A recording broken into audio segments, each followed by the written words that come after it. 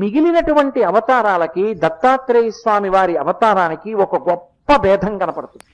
మిగిలినటువంటి అవతారాలలో సంప్రదాయ సిద్ధంగా ఎక్కడో ఏదో పైన ఒక గురువు కనపడతారు.